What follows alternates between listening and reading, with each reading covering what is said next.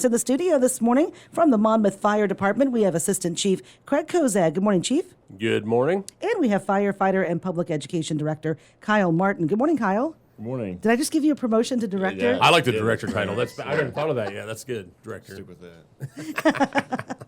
Well, guys, catch us up before we get into National Fire Prevention Safety Week. Let's talk a little bit about field fires, combine fires, this weather. Catch us up, Craig. Yeah, this is the worst case scenario this year. I think it's great for farmers. You know, obviously the no rain, you can get work nonstop basically, but obviously there's been crazy amounts of field fires, massive fires. Rio had one on Sunday that was basically unprecedented. But so, you know, a lot of those fires, especially the combine ones, are not. It's not anyone's fault. It's not negligence. It's just friction, bearings going on in machines, things like that start the fires. And then if they can't get under control, and then you have wind, it just wind-driven fires are just almost impossible to stop. And luckily they have.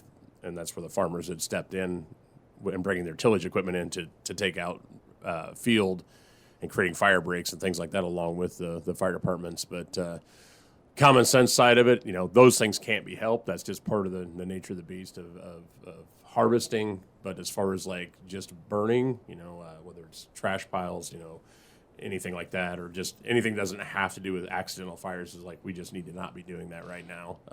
The fields, everything is so dry, and even with this little bit of rain we got, 2 days from now it's going to be dry again, and wind will just take over. We normally Monmouth doesn't. We will assist departments, but it's more of a rural thing, obviously with the field fires. But we will assist. But we had one just outside of town here that we had to help Central Warren with on Saturday. So even we get into it because we do have a brush truck, but just common sense is just, it is so dry out. We can't be having any kind of fires, and especially if there's any kind of wind. If it's a very still day, you can get by with some things, but if there's any kind of wind, all it takes is one ember to get out there and really light it up. And the problem with the field fires are they get so big, and then obviously somewhere there's going to be structures, and it's going to get to the structures, and that's where we run into some real danger. So. Okay. Thanks to our rural fire departments, mostly volunteer. We had a MABUS alert with the Rio fires. So everywhere, yeah. What do you do when a fire breaks out? What do you do?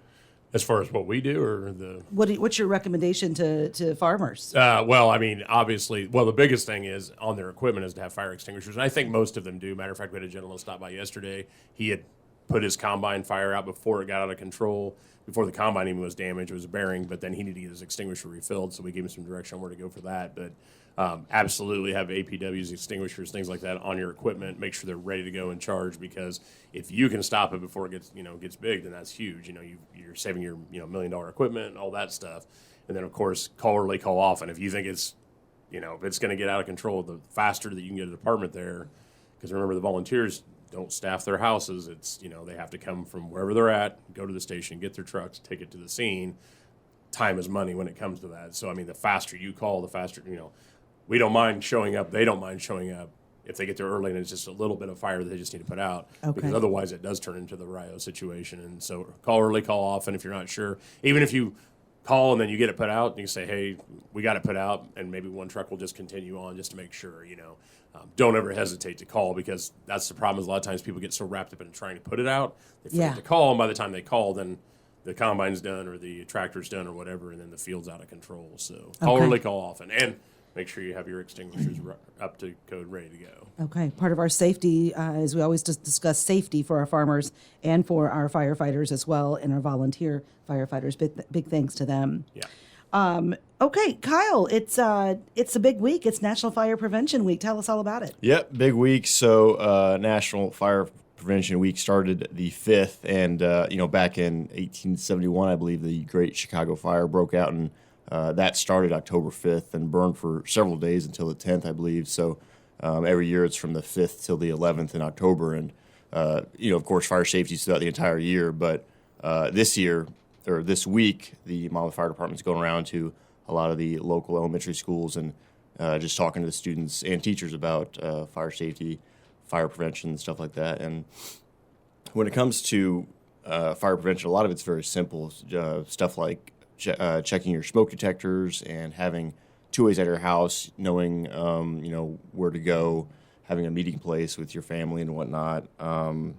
Sleeping with your door shut helps a lot. It helps greatly limit the fire spread and especially smoke as well. Give you a little bit more time to plan what you might do. And Monmouth Fire Department recently got a brand new fire safety trailer, which has a lot of really cool kind of like simulations in it. We can simulate smoke coming up from pots and pans and like toasters and from under doors, and some simulations will shake the entire trailer like an earthquake and stuff like that. So it's a really good tool that we're excited to use. Okay. That trailer we just got in August, and so Kyle's basically in charge of that operation. Our shift oversees it, and you're going to see that probably quite a bit in the next few weeks. We're getting through this week with the schools, and then once we get through our general stuff that we do every year, then this trailer is going to be implemented, and we're going to go back to the schools and take the trailer, then have the children go through the trailer and kind of do that. So we're kind of excited about it. But, it's awesome. It's got every technologically advanced thing on it you can imagine, and all these different things. So it's a huge thing, and we're the only one in this area that have anything like this. So yeah, it's good for pretty you big deal. guys Yeah. on the grant. Casey was here last month talking about the grant. Also, love the sign.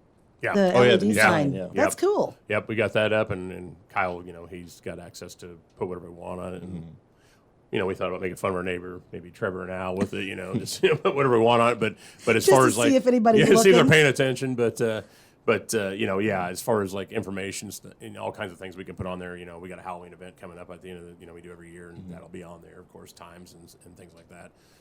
But it's just one more tool. It's like it doesn't seem like it would matter, but it does, because it puts does. information out there. Same with the trailer, and it's like it's going to be a game changer for the way we operate. And of course, it's not just a Monmouth thing.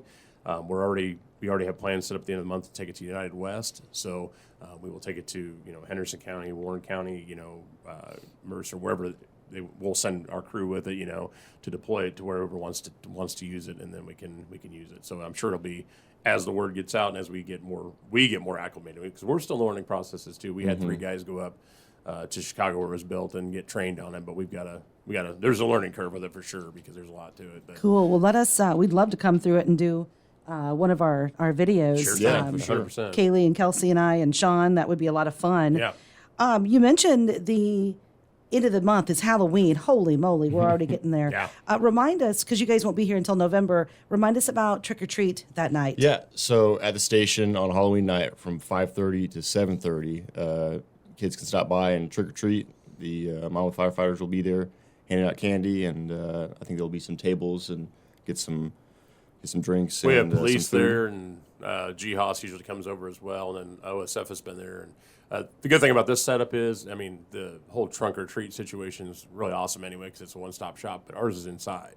So weather isn't a factor. So we invite everybody to come to enjoy that, because one year it snowed actually 5 inches. Yes. So I remember that very well. But no matter if it's hot, cold, rainy, whatever, we're going to be inside, and then the kids can come through and get all kinds of candy. So It's a good, safe way to do that on a Friday night. yeah. Be with other kids, Yep. parents. well lit, and the traffic's not a danger and things like that. So Yeah. it works out really well. And usually there's hot dogs, water, chips, Yep. and that kind of thing. So it's kind of a family event for that night.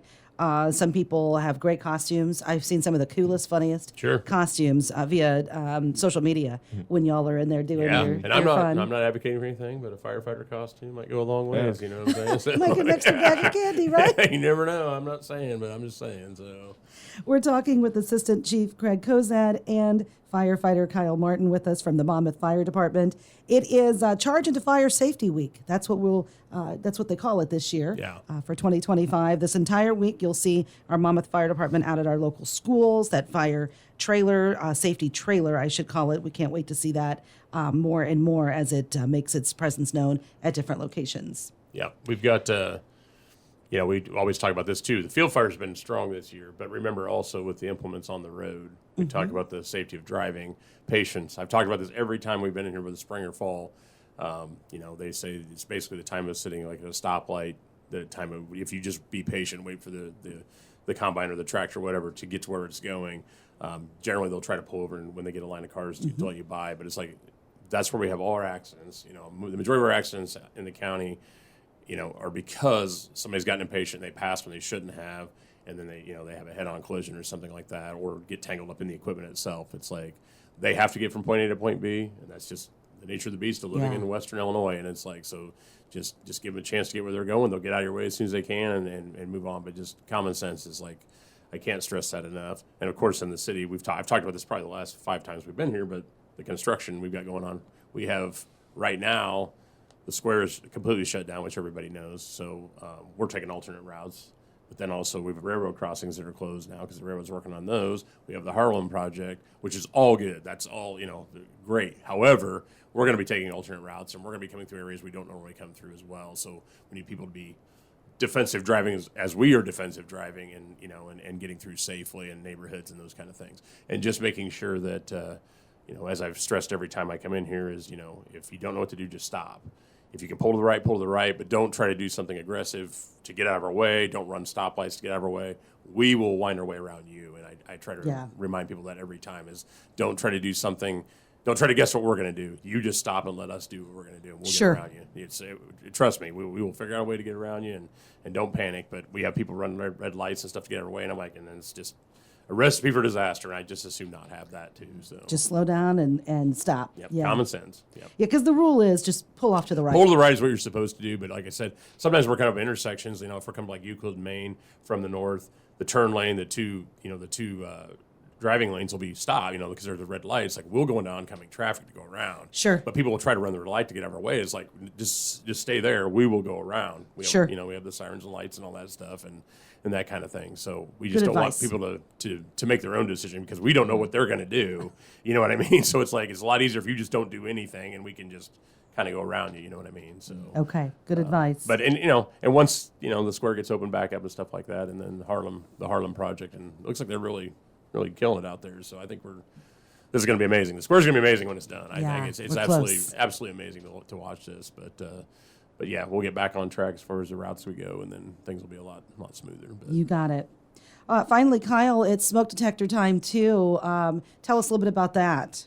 Yeah, so Monmouth, we install smoke detectors for free. If you don't have any, just give us a call and we can install them for you. And just important things to keep in mind, you want to have at least one on each level of your house, just to be safe. And if you haven't tested them for a while, be sure to test them. So the old rule of thumb was change the batteries when the time change was, but now batteries have 10-year detectors 10-year batteries by law.